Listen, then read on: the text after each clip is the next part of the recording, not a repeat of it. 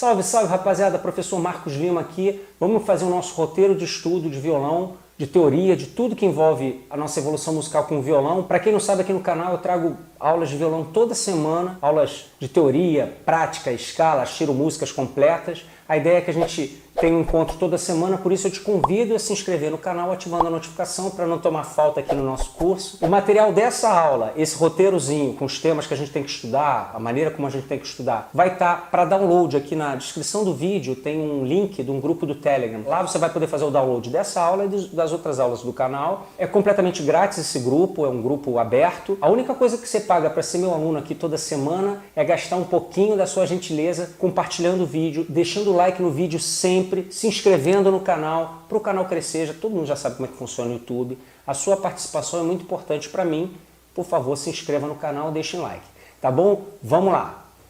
Bom, para começar, a gente precisa considerar uma coisa. Dentre as pessoas que têm como objetivo dominar músicas, dominar um instrumento, ser proficiente no instrumento, você tem aquelas pessoas que querem dominar música única e exclusivamente para a sua satisfação pessoal, e você tem aquelas pessoas que querem dominar músicas, dominar um instrumento, para se profissionalizar, para fazer daquilo a sua profissão, a sua renda. Mesmo entre as pessoas que optam por fazer a música como uma profissão, existem variações de objetivo. Por exemplo, você pode querer se tornar um concertista de violão. Eu quero ser um violonista clássico, eu quero fazer concertos pelas salas de música, pelo mundo. Ótimo! Se você optar por esse caminho na música, alguns desses tópicos que a gente vai falar a seguir de estudo vão ser mais importantes, vão ter mais peso do que outros tópicos de estudo. Exemplo, se você quer ser um concertista, você vai ter que estudar muito leitura de partitura, você vai ter que estudar muito técnica no seu instrumento. Esses dois assuntos vão ter um peso muito grande na sua rotina de estudo. Por outro lado, improvisação vai ter um peso bem melhor. Você não vai ser requisitado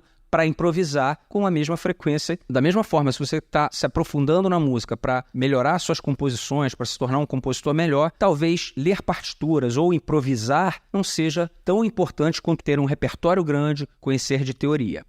Da mesma forma, as pessoas têm disponibilidade de tempo diferente. Tem pessoas que conseguem ter 5 horas por dia para estudar e tem gente que só tem meia hora por dia para estudar ou 1 hora por dia para estudar. Ou mesmo, aquela pessoa que num determinado momento da vida conseguiu ter 5 horas para estudar, num outro determinado momento da vida, ela só tem meia hora para estudar. E nem por isso ela vai parar de estudar. O que ela vai fazer? Ela vai adaptar esse roteiro de estudo à sua realidade de tempo.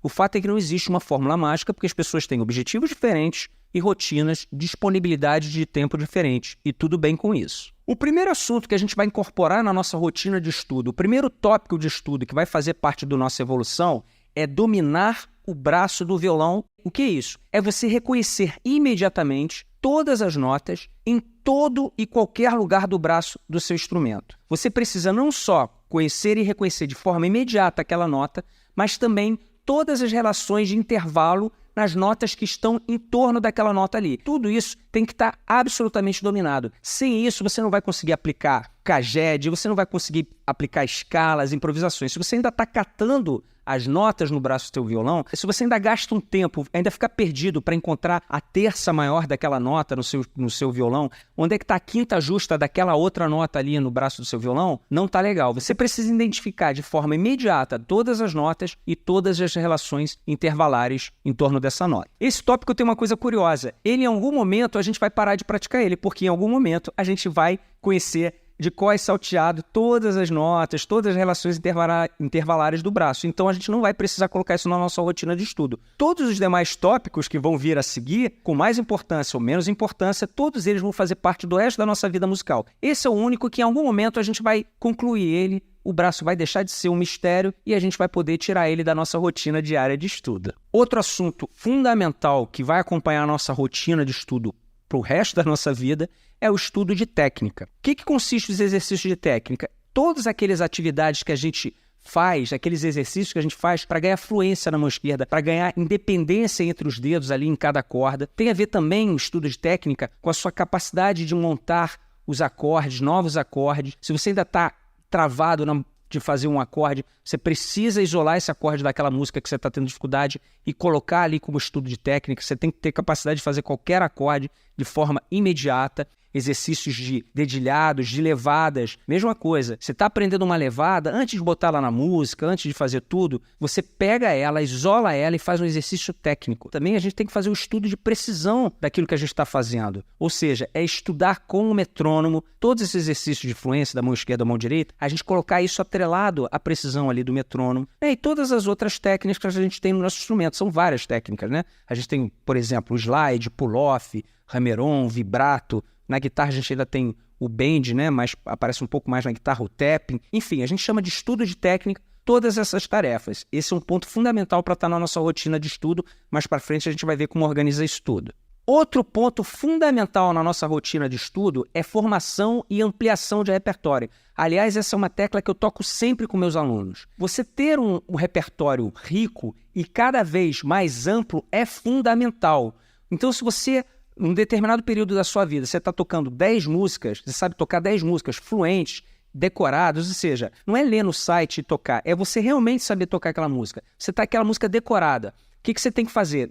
Passado esse tempo, você tem que tocar 20 músicas. Passado mais um tempo, você tem que tocar 25 músicas. Ou seja, a ideia é que você aumente esse conhecimento que você tem de repertório. Por que é tão importante? O repertório vai ser a base que a gente vai usar, por exemplo, para treinar a percepção, para tirar música de ouvido. Tirar música de ouvido nada mais é do que você reconhecer uma situação que está acontecendo ali na música. Você botou uma música para tocar. Se você ouviu aquela situação e se você já tocou uma série de músicas que tem aquela mesma situação ali, você vai reconhecer na música nova uma situação que você conhece. Então é fundamental, se você pretende tirar música de ouvido, que você saiba tocar muitas músicas. Porque tirar música de ouvido, como eu falei, nada mais é do que você reconhecer numa música algo que você já conhece. Formação de repertório não é só importante para a aula de percepção, é também para a aula do entendimento da teoria. Mais para frente, por exemplo, quando a gente for ver a movimentação do sub-5, do trítono resolvendo meio tom abaixo, para isso não se tornar uma frase vazia, é preciso que você tenha a vivência dessa situação. Ou seja, quando você mais para frente for estudar e estiver dizendo ali, olha essa movimentação desse trítono aqui do sub-5, você falar,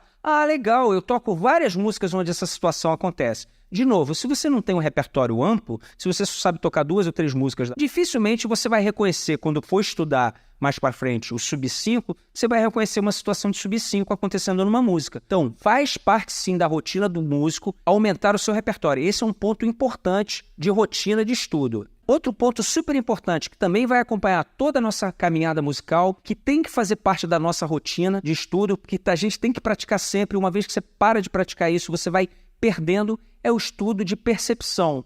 O que é a percepção? É o reconhecimento dos sons, o reconhecimento dos intervalos musicais, das distâncias entre as notas. É o reconhecimento das escalas musicais. Não adianta saber que a escala menor harmônica tem esse sexta maior, a outra tem sexta menor, o outro tem sétima maior, outro tem sétima menor. Não adianta só saber isso, é importante saber isso, mas você tem que ouvir uma escala e reconhecer. Da mesma forma, como é importante a gente saber a formação do acorde, a gente vai ver isso no tópico de teoria, saber que o acorde tem terça maior, quinta justa, sétima maior ou sétima menor, é fundamental a gente ouvir um acorde e reconhecer aquela categoria. Você ouvir um acorde e falar assim, esse é um acorde maior, esse já não é um acorde maior, esse agora é um acorde menor com sétima. Da mesma forma, a gente também vai treinar o reconhecimento do deslocamento desses acordes que acontece dentro de uma música, que são o que a gente chama de cadências harmônicas. Exemplo, a gente tem uma cadência super famosa, que é a cadência 1, 5, 6, 4, né, que é uma movimentação, esses são os graus do campo harmônico, para quem não sabe,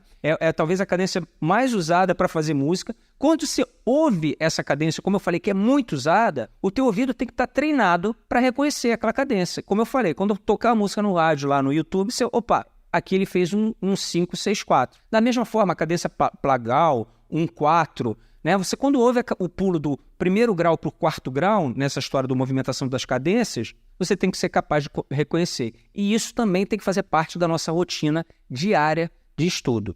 Outro ponto super importante que tem que fazer parte da nossa rotina de estudo diária é o estudo de teoria. A gente tem que saber os intervalos, a regra de escrita, de nomenclatura dos intervalos. Da mesma forma, a regra de formação e de nomenclatura e de escrita das escalas, a regra de formação e escrita dos acordes, das cifras. A cifra é um código, ela não é aleatória, aquelas letras, aquele sistema de letras e números, ele não é aleatório, tem uma explicação para aquilo ali, a gente tem que aprender isso e a gente aprende isso em formação de acordes. Música tonal, campo harmônico, a gente tem que entender sobre o campo harmônico para entender aquela movimentação das cadências ali, a gente estuda também as funções dos acordes, a gente também tem que estudar modos, a gente tem que estudar acordes de empréstimo modal, substituição de acordes, enfim. Cada assunto desse tem lá suas subdivisõezinhas, mas a gente tem que pegar todos esses assuntos aí e colocar na nossa rotina de estudo.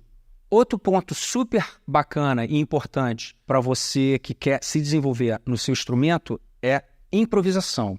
É você conseguir solar no seu instrumento. Solar no seu instrumento, improvisação, não é apenas saber fazer as escalas no braço do violão, nem simplesmente saber que escala eu uso em cima de cada acorde. Improvisação é muito mais do que isso. Também é isso. É fundamental que você conheça as escalas, todas as escalas, no braço do violão. É fundamental também que você tenha uma técnica para executar essas escalas. É fundamental também que você saiba que escala usar em que acorde. Para isso a gente está estudando teoria lá no outro tópico, mas é muito mais do que isso.